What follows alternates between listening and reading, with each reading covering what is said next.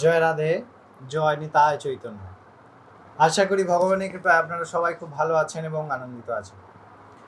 আমরা প্রতিদিন প্রচেষ্টা করছি ভগবত কৃপা সান্নিধ্যে ভগবত কথামৃত শ্রীমদ্ ভাগবতামৃত আলোচনা করা। আমরা বর্তমানে দ্বিতীয় অধ্যায় আগের দিন পর্যন্ত পঞ্চম শ্লোক আলোচনা করলাম। আজকে আমরা ষষ্ঠ শ্লোক আলোচনা করব। এই ষষ্ঠ শ্লোকে কি বলছেন এবং কেন বলছেন? যাহা বলছেন তাহা হচ্ছে ভক্তির সর্বশ্রেষ্ঠ উপায় এবং যে অহংকারকে সহজে দমন করা যায় না, সেই অহংকার দমনের পদ্ধতিও এই শ্লোকের মধ্যে আলোচনা করছেন। সাধারণ ব্যক্তির এই কথা আনন্দদায়ক লাগবে না। যিনি আধ্যাত্ম মার্গে চলেন তার এই কথার প্রয়োজন জহুরির কাছে কাঁচা হীরের মতো, যেটি সামান্য কাঁচ কুড়ানেওয়ালার মতো। যিনি কাঁচা হীরেকে দেখে কাঁচের টুকরো মনে করেন, ছোট টুকরো, কিন্তু জহুরি সেটিকে দেখে ভাবেন এটা অমূল্য। সেই রকম ভগবত কথামৃত অপূর্ব, অহৈতুকী এবং সেই অমূল্য ভগবত কথা ভগবত ভক্তের কাছেই তাহা আনন্দময়জনক। চলুন কথা না বাড়িয়ে আমরা এই শ্লোকের মধ্যে অবগাহন করি।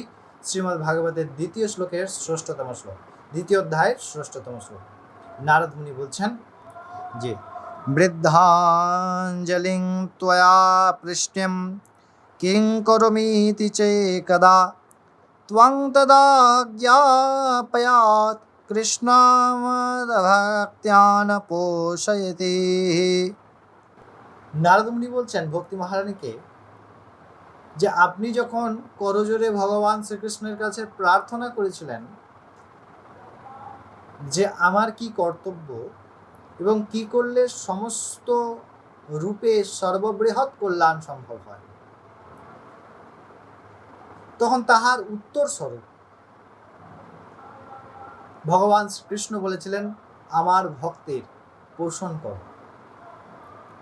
যিনি ভক্তের চরণ ধোয়ান, যিনি ভক্তপদ সেবা করেন, তিনি সর্বশ্রেষ্ঠ কর্তা এবং সর্বশ্রেষ্ঠ আরাধনা ভগবানের করেন, যাহার ফলস্বরূপ জীবের পরম কল্যাণ সাধিত হয়।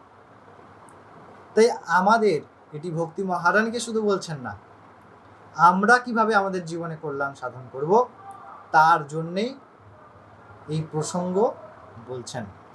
আশা করি এই কথামৃত আপনারা বুঝতে পেরেছেন। আমরা পরবর্তী শ্লোক নিয়ে ফিরে আসছি। তখন সবাই খুব ভালো থাকুন, আনন্দে থাকুন। জয় রাধে।